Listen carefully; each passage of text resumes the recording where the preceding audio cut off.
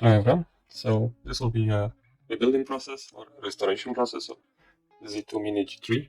This is how it should look originally. This is the front end, and here is the back end. And unfortunately, this is how I got it. It was missing a lot of pieces and had some hidden issues because the seller said that it only has some video problems and it had some strips on the graphics, but unfortunately, there was a lot more than this. This is the final stage. This is how it looks now. And I think it went well, but it was a lot of work. And we're gonna see what hidden issues it had. So this is how it came. It only has the fan and the heatsink for the GPU. The fan also was broken, so it had a piece there on the screw, and it had only the CPU, and it was freely on the board. And I'm not sure what happened, but I guess that it tried to just take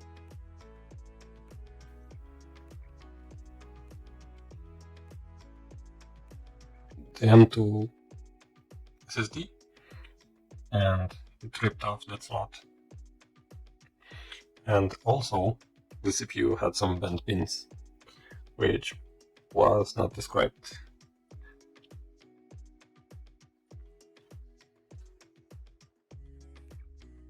There are just 3 pins that are bent, so we'll try to straighten them up. It has an Nvidia Quadro M620 with 2 GB of VRAM. And yeah, the slot pins were quite bent. I tried to straighten them up, but unfortunately I didn't have the upper piece to put it back. And there was some liquid damage on the board, and it was all over around the motherboard. Not sure what kind of liquid it was, but on this point I didn't know if the motherboard worked or not. Basically, he was saying that he sells the CPU and the motherboard is box. So keep in mind that the CMOS battery is on the back of the board, so if you want to change the battery, you have to disassemble it all. Here I straightened the pins, but unfortunately without the topper piece, I had to desolder the entire thing, and when I've desoldered the M2 slot, I took a pin out from the board. So this is the tray with the pins that are straightened. Everything looks good, and I soldered back M2 slot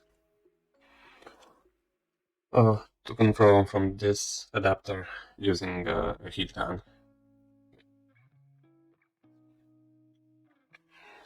And then I tried to build some panels because it didn't have any pillows, so I used a plastic plexiglass and built an octagon. And then I wrap it in some adhesive, like paper, black vinyl. And this will be the final form of the back panel. And at this point I still have to do the front panel, but I think this one went okay. It has some bubbles because it's a chipped panel, but at least it has a panel at this point.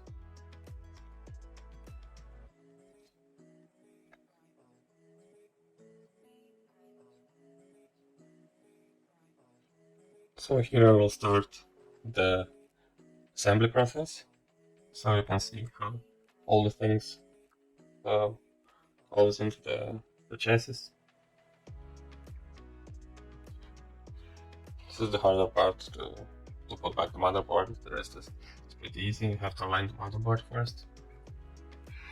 And depending on the version, you have 2 or 3 screws, which keeps the motherboard in place.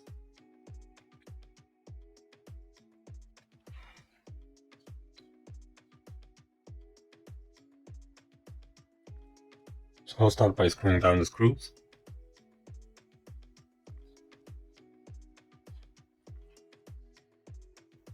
CPU and the motherboard and the chassis were kind of cheap, but there were a lot of components to buy in order to build something useful, and something you can work on, because this is a workstation, so it should have a lot of processing power, taking into consideration the 6700. It's kind of old, but I think this Z2 Mini G3 was released in 2017, so it was quite powerful for that year. And it's almost portable, because it's a small form factor chassis, but you'll see in the end that the adaptive charger that you need for this thing to run, it's almost half of its size, because it's a 230 watts adapter. So this is the CPU that I was mentioning, i7, and it was from the same seller, because he basically sold the CPU and the rest was a bonus, let's say. I think that the hidden issues was the bonus. But fortunately, there was nothing wrong with the graphics card. I think that he didn't have the correct driver. I bought some second-hand but new RAM sticks, a pair of 8 gigabytes each, so 16 total, DDR4. So yeah, I don't think he knew a lot about electronics, because he tried to rip off what he can, what could be easily sold, like the RAM modules, the CPU, the M2 drive, and I think he didn't know how to get M2 drive out, so that's why he ripped the slot, unfortunately. So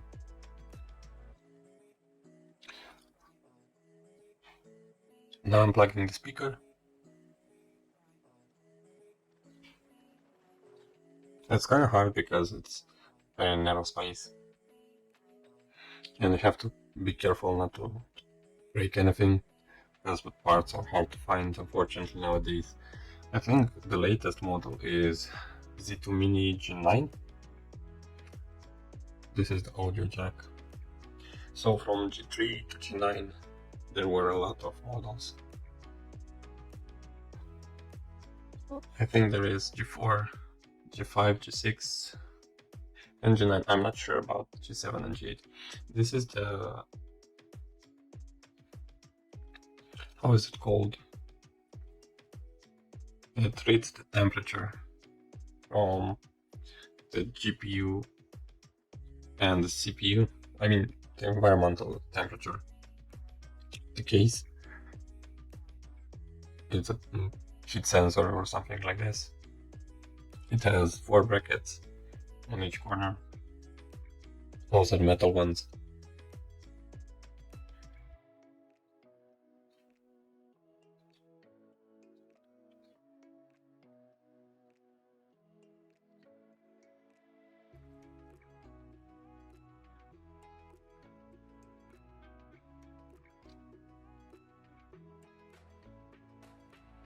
This is the SATA adapter, loaded to plug an SSD. The SATA one.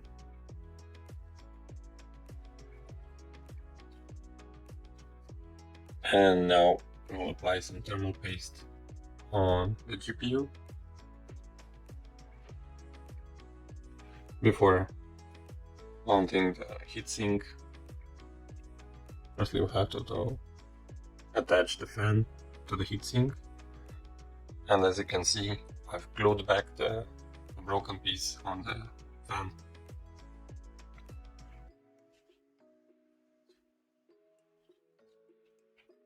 Even if it's a small form factor, it has some really nice temperatures. It stays quite cold, the GPU and the CPU the same, and it consumes very low power.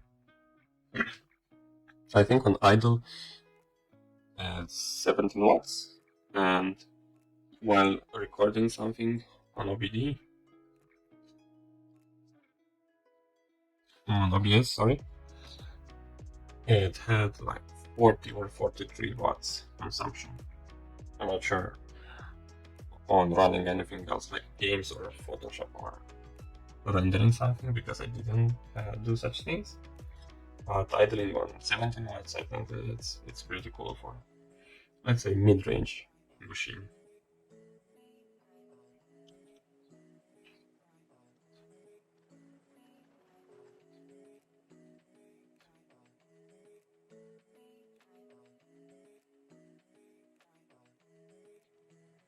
And of course I had to buy the adapter and a CPU, fan and heatsink, which was quite expensive because the CPU, heatsink and fan, I found one on AliExpress for $50, but luckily after that I found locally a heatsink and a fan for the CPU for $20.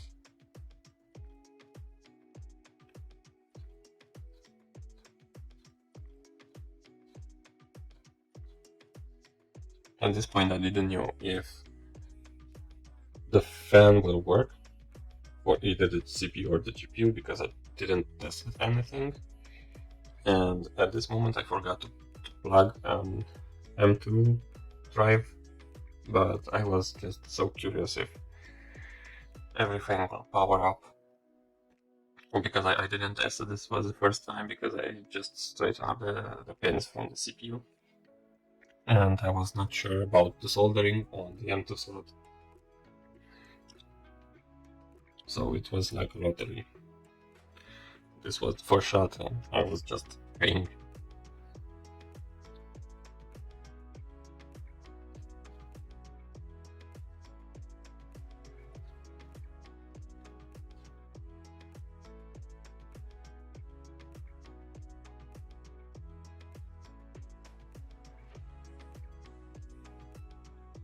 So the power button and LED, which I just plugged in. Both of them are plugged in the same jack. So finally, the CPU, heatsink and fan arrived, and the guy that sold them was pretty nice to include some, not thermal paste, but thermal pads, some thick ones that I could use on this build. I also applied some thermal paste on the CPU.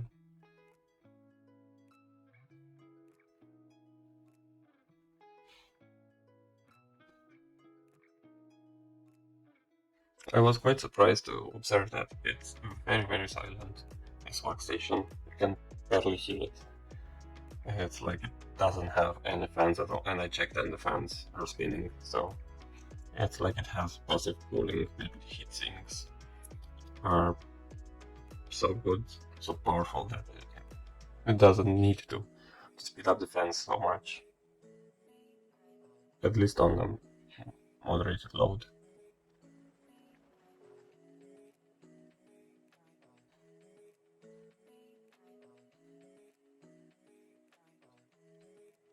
The fan is attached to the heatsink via the same method as for the GPU. It just has two small feet that you need to insert into two small holes in the heatsink, and that's pretty much it. It doesn't have any screws or anything.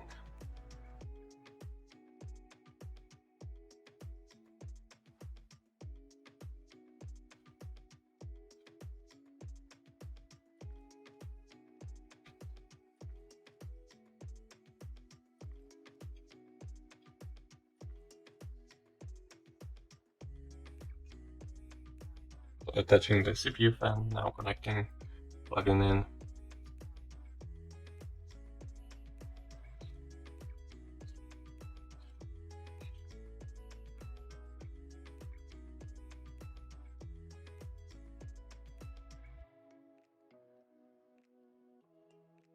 I didn't have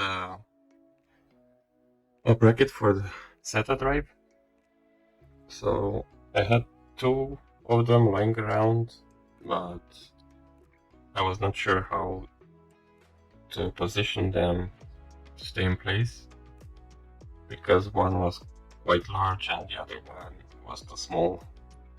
and I didn't want to bring more holes into the heatsink of the GPU. So I was just thinking how this thing should work. But fortunately I decided to use the other one and build the small brackets in order to keep it in place. So I had to use an additional 10 screws. You can see them here, just need only 3 in order to level the SSD. And it will stand on the heatsink and the fan of the GPU, but without touching the fan itself.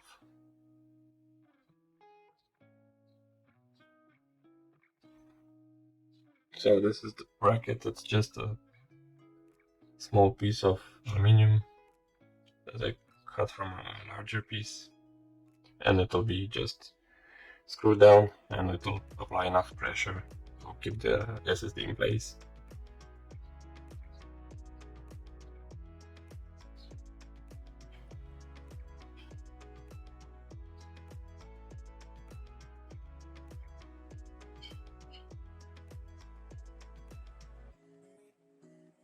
At this point I had some troubles with the screws because the SSD was uneven, but now it's fixed. And I got to screw them in place.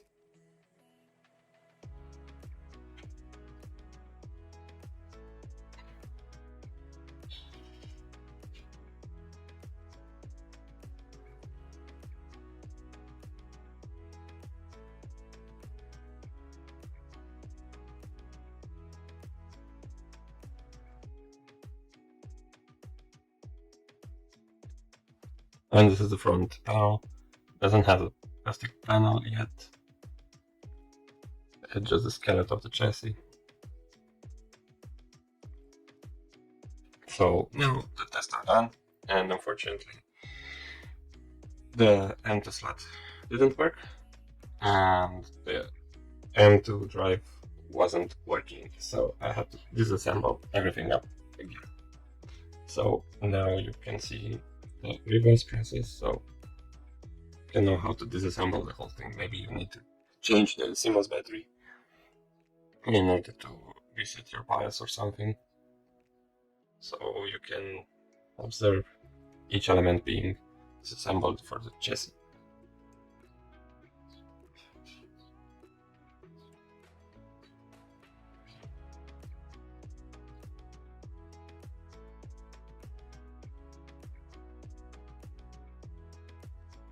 At this point, I was not sure if it was for the pin that I ripped off the board and I've desoldered the slot, and that's why the slot is not working, or if the solder that I did on the pins was not stable enough, or maybe I did some cold joints. I was not sure. Maybe the connector that I attached was a broken one. Maybe other pin stripped off, I didn't know, but at this point it was not working, so I needed to disassemble the whole thing again and try to do the same job again, applying heat with the heat gun. And at this point I just went and bought a new M2 connector, so it was a brand new one. And I thought that if now it doesn't work, I will just use it with the SATA drive, and that's cool.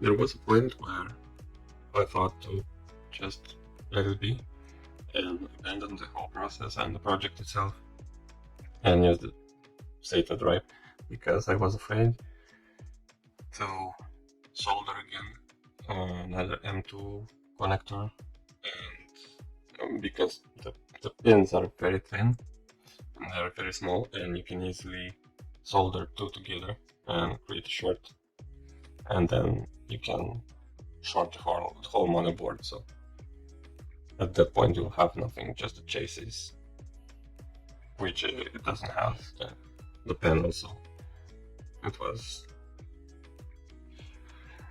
just a point where I thought that maybe I need to solve all the parts and just, I don't know, let's say, save something and try to lose as little money as possible, because this was quite a large investment on the RAM sticks, the CPU, heatsink and fan, the charger, the Wi-Fi card and antennas, because I bought a Wi-Fi Bluetooth module and it was on its way at this point. What else? The M2 drive and the SATA drive I already had was a Kingston 256 gigabytes.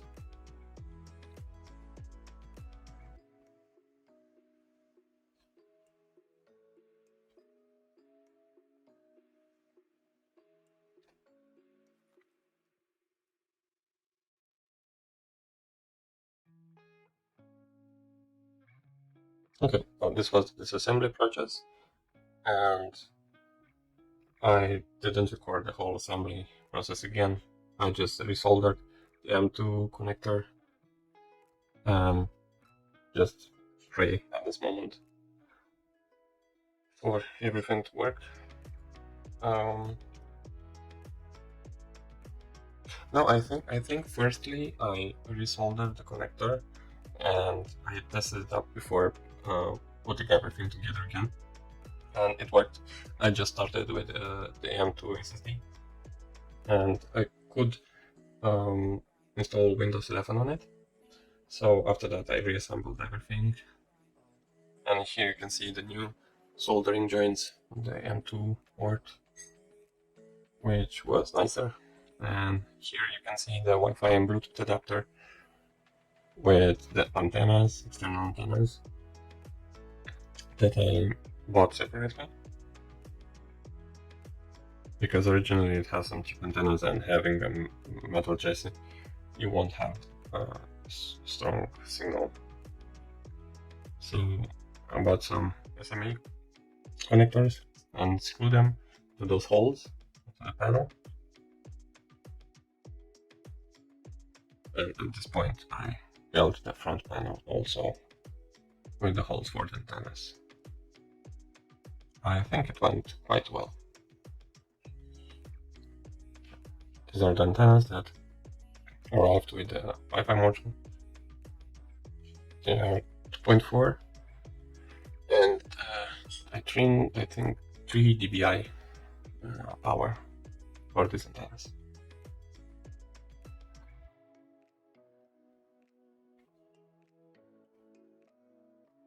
But it works.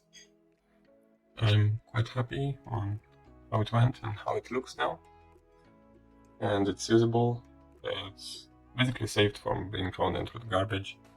I'm using a DisplayPort to HDMI adapter because it has only DisplayPorts, and I don't have currently a DisplayPort cable, so I have only HDMIs, but it works great with this adapter.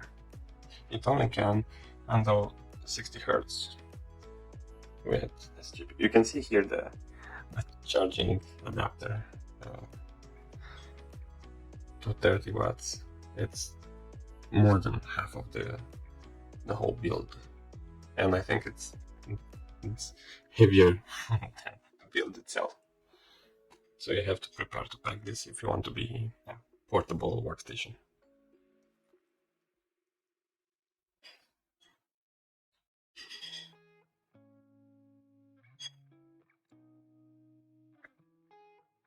So that's pretty much it with this build.